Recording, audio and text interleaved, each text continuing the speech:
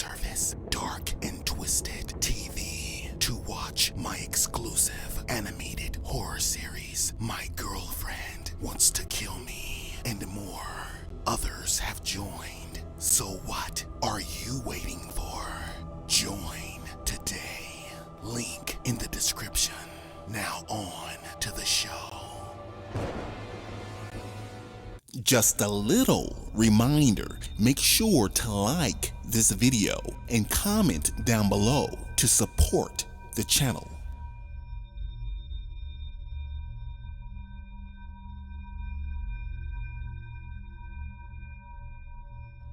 It was Thanksgiving and I was excited for two reasons. One, the food, and two, the day after was Black Friday, when there would be sales for everyone. The kind of sales that allows people to buy things they normally wouldn't be able to due to the prices. So I went to bed early that night so I could wake up early enough, because I knew that the lines would be a horror in itself. They always are on Black Fridays. Anyways, I was just about to leave when my brother Danny yelled out of his bedroom window asking me where I was going. I told him that I was going to Best Buy so I could get a great deal on that MacBook Pro 16-inch that they had just came out with. Then he immediately ran outside asking me if he could come along. This worried me for two reasons. One, I knew his ass was broke and had no money, and I knew it would come down to him asking me to buy him something, as he always did. And number two, my brother had a very bad temper, and he had just got out of jail for serving time for beating the crap out of some guy who told him to be quiet in the movie theater. Yes, his temper was that bad. Also, it was the holiday season and I didn't want him feeling bad or anything, so I told him to come along. Then we hopped into my car and we were on our way. When we got there, the line was so long that you could have easily mistaken it for a line for a ride at one of those theme parks rather than a Black Friday sale. There was even a news crew there because they knew that Black Friday sales sometimes brings out the crazies. There were also a couple of cop cars parked in the parking lot just in case one of those well-known fights broke out. My brother, he kept on giving them the evil eye because he says that he hates cops for obvious reasons. And I'm sure they hate him just as well for obvious reasons. Anyways, the clock had struck 5 a.m. and the doors had finally been opened as people rushed inside, grabbing up everything and anything that they could get their hands on. I myself ran toward the MacBook Pros as Danny followed me. Luckily, I was able to grab one, then I threw it into my cart as we headed to the cash register. And on our way there was a large man standing in our way. So I asked him if he could move so we could pass by, but he just stood there looking me up and down with an evil frown on his face, his hands placed firmly on his hips. He reminded me of one of those guys in one of those prison movies who had just escaped and was out for blood. So I asked him again if he would move out of our way and let us pass, but he remained standing there, blocking our way. Then he finally said something. He said that I had taken the last laptop and he needed it for a Christmas gift for his son. And I told him that I didn't wait in line for hours just to give him my laptop. Then I politely asked him again to step aside. "No," he yelled as he grinded his teeth in defiance. My brother Danny started walking up to him and he told him to move the fuck out of our way or he would rip his insides out and shove them where the sun didn't shine. I didn't want my brother beating the snot out of this guy, which would obviously send him back to jail, so I whispered to my brother to just let me handle it. But the guy did something to my brother that I knew was a very bad idea. He leaned forward and he spit in my brother's face and called him a bitch. My brother reached into his pocket and removed his pocket knife. I knew I had to do something, and I had to do it fast, or my brother was going to kill this man. So I told the guy to just take the laptop, but Danny said no, that I wasn't going to give this punk anything, and if he wanted it so bad, then he would have to come get it. Then he pushed the guy out of the way as we headed to the cash register and paid for the laptop. Then we began to leave out of the store. Then out of nowhere, a woman snuck up behind us and snatched my laptop as her and the man took off toward the door together. Obviously, it was the guy's girlfriend. We ran after them as they jumped into their car and they took off. Then Danny and I hopped into my car and we took off after them. So there we were, speeding down the road, swerving in and out of lanes, my tires skidding loudly. And you're not gonna believe what happened next. Both of them leaned out of their window with guns, firing bullets at us. But then, all of a sudden, their car smashed into a semi-truck, decapitating them both, and there was blood squirting up out of their bodies. Black Fridays always seem to have some people losing their minds, while others lose their heads.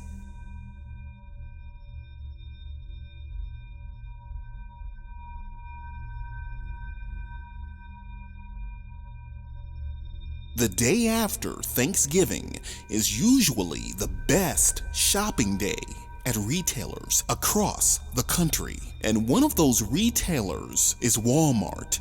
I had just been hired on and was scared out of my mind because it was almost the day after Thanksgiving, the sale of the year. I had heard many horror stories about Black Fridays and how hectic and crazy it gets with so many people gathered together, fighting over merchandise, clothes, etc.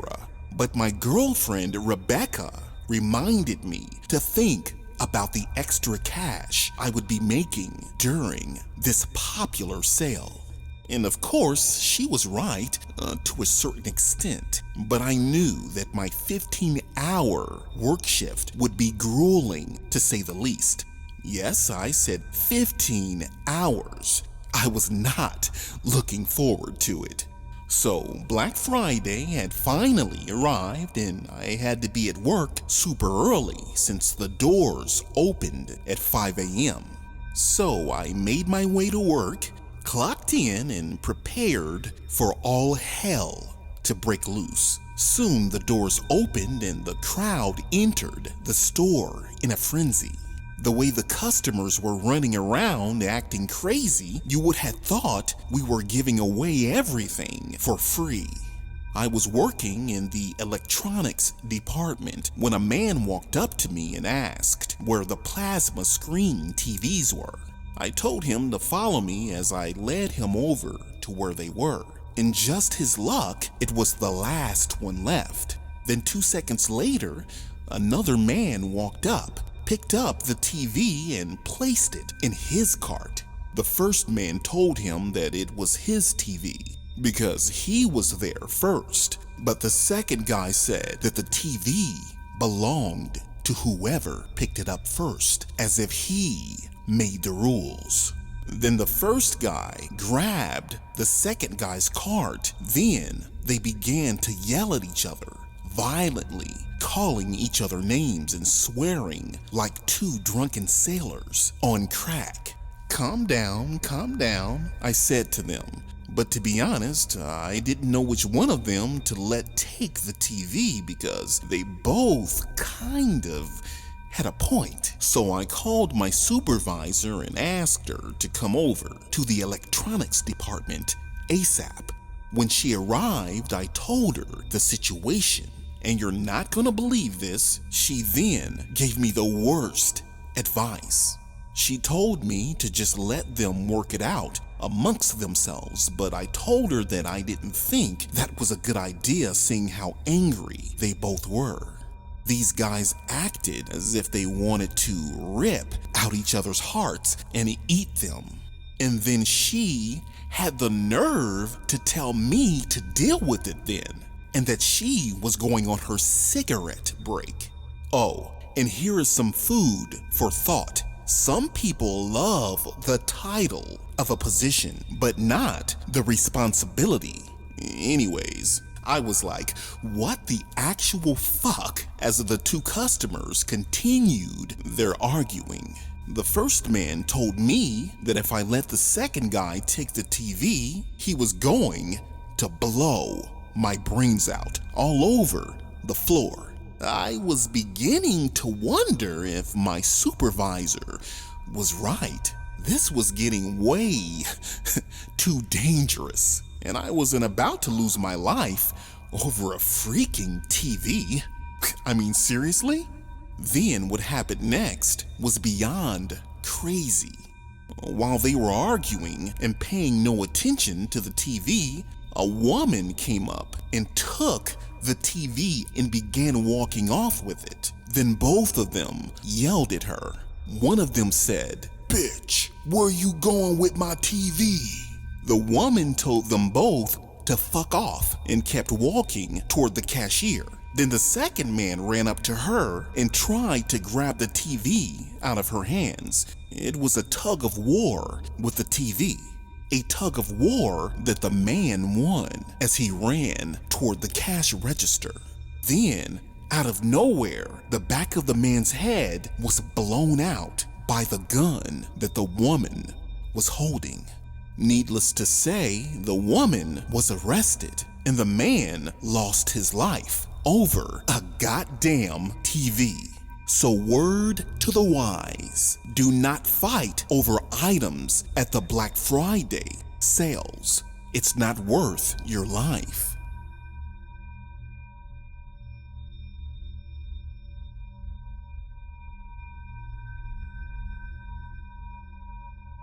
Black Friday can bring out the devil in people. The violence, the aggression, the shameless behavior from customers who will do whatever it takes to get what they want, even for the smallest and cheapest items. I've even heard of customers fighting over socks. Anyways, 30 minutes after opening, a woman approached me at breakneck speed, asking me where the iPads were. I told her that she was too late and that they had all sold out. I was expecting her to say, "Oh, okay, thanks for your help." You know, the normal, polite reply. But I should have known, since it was Black Friday, that her reply would be rude. The woman began to cry and yell at me, calling me every name that she could think of, and I tried to explain to her that during Black Friday sales, people usually arrive hours early so they can get their items before they're sold out. But this woman refused to accept that. Then she fell on the floor and began crying like a bratty child during a temper tantrum. Then she threatened to call her boyfriend and told me that he was going to kick my ass. She claimed that he was out in the car waiting for her and he wasn't going to be happy. Like that was going to change anything. If we're out of iPads, then we're out of iPads. Anyways, then she went even further into telling me that he had just escaped from prison and he needed the iPad for something criminal. I couldn't believe what I was hearing. But then one of my fellow employees, Ted, who overheard our conversation, told me that she was obviously lying just to scare me and get her way. Well, he did have a point. I mean, who tells someone that they don't even know that their boyfriend escaped from prison? That's not something people just go around saying if it's true. So I told the woman there was no more and that's all I could do for her. Then she told me that I would be sorry and she left the store.